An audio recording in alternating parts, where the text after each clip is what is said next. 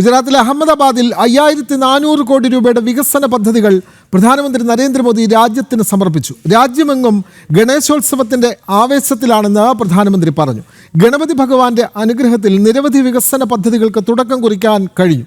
ഭാരതത്തിൽ നിർമ്മിച്ച വസ്തുക്കൾ വാങ്ങുന്നതിന് ജനങ്ങൾ മുൻകൈയെടുക്കണമെന്നും പ്രധാനമന്ത്രി. വിവരങ്ങളുമായി എസ് ശ്രീകാന്ത് ചേരുന്നു. ശ്രീകാന്ത്, 5400 കോടി രൂപയുടെ വികസന പദ്ധതികൾ ഗുജറാത്തിൽ തുടക്കം കുറിച്ചിരിക്കുന്നു. ഗണേശോത്സവത്തിൻ്റെ ഒരു കാലഘട്ടത്തിലാണ് ഇത്രയും വലിയ വികസന പദ്ധതികൾ ഗുജറാത്തിൽ ആരംഭിക്കുന്നത്. കൂടുതൽ വിവരങ്ങൾ ശ്രീകാന്ത്.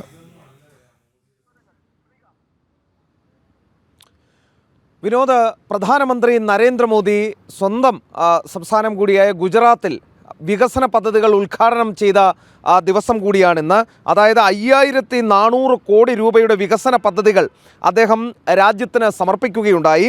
രാജ്യമെങ്ങും ഗണേശോത്സവത്തിൻ്റെ ആഘോഷം നടന്നുകൊണ്ടിരിക്കുകയാണ്. പ്രത്യേകിച്ച് ഈ ഉത്തരേന്ത്യൻ സംസ്ഥാനങ്ങളിലൊക്കെ തന്നെ അത് വലിയ ആഘോഷമാണ്.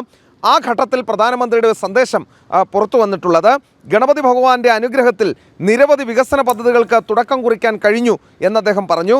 ഭാരതത്തിൽ നിർമ്മിച്ച വസ്തുക്കൾ വാങ്ങുന്നതിന് ജനങ്ങൾ മുൻകൈയെടുക്കണം എന്ന് പ്രധാനമന്ത്രി കൂട്ടിച്ചേർത്തിട്ടുണ്ട്. അതിന് വ്യക്തമായ ഒരു പശ്ചാത്തലമുണ്ട്. കാരണം അമേരിക്ക ഇന്ത്യൻ ഉൽപ്പന്നങ്ങൾക്ക് തീരുവ ഏർപ്പെടുത്തി ഇന്ത്യയെ ശ്വാസം മുട്ടിക്കാൻ ശ്രമിക്കുമ്പോഴാണ് പ്രധാനമന്ത്രിയുടെ ഭാഗത്തുനിന്നും ഇങ്ങനെയൊരു ആഹ്വാനം വരുന്നത്.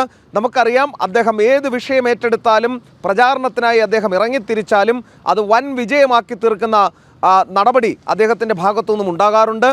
മാൽദീവ്സ് ഇന്ത്യയുമായി പിണങ്ങി നിന്ന ഘട്ടത്തിൽ അത് അവർക്ക് അനുഭവമുള്ളതുമാണ്. ഇന്ത്യൻ ഉൽപ്പന്നങ്ങൾ, ഇന്ത്യക്കാർ ഏതാണ്ട് 140 കോടി ജനങ്ങളുണ്ട്.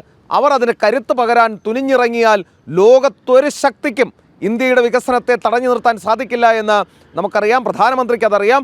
അതിനാലാണ് അദ്ദേഹം ഈ ഗണേശോത്സവ ദിനം ഇതിനായി തിരഞ്ഞെടുത്തത്.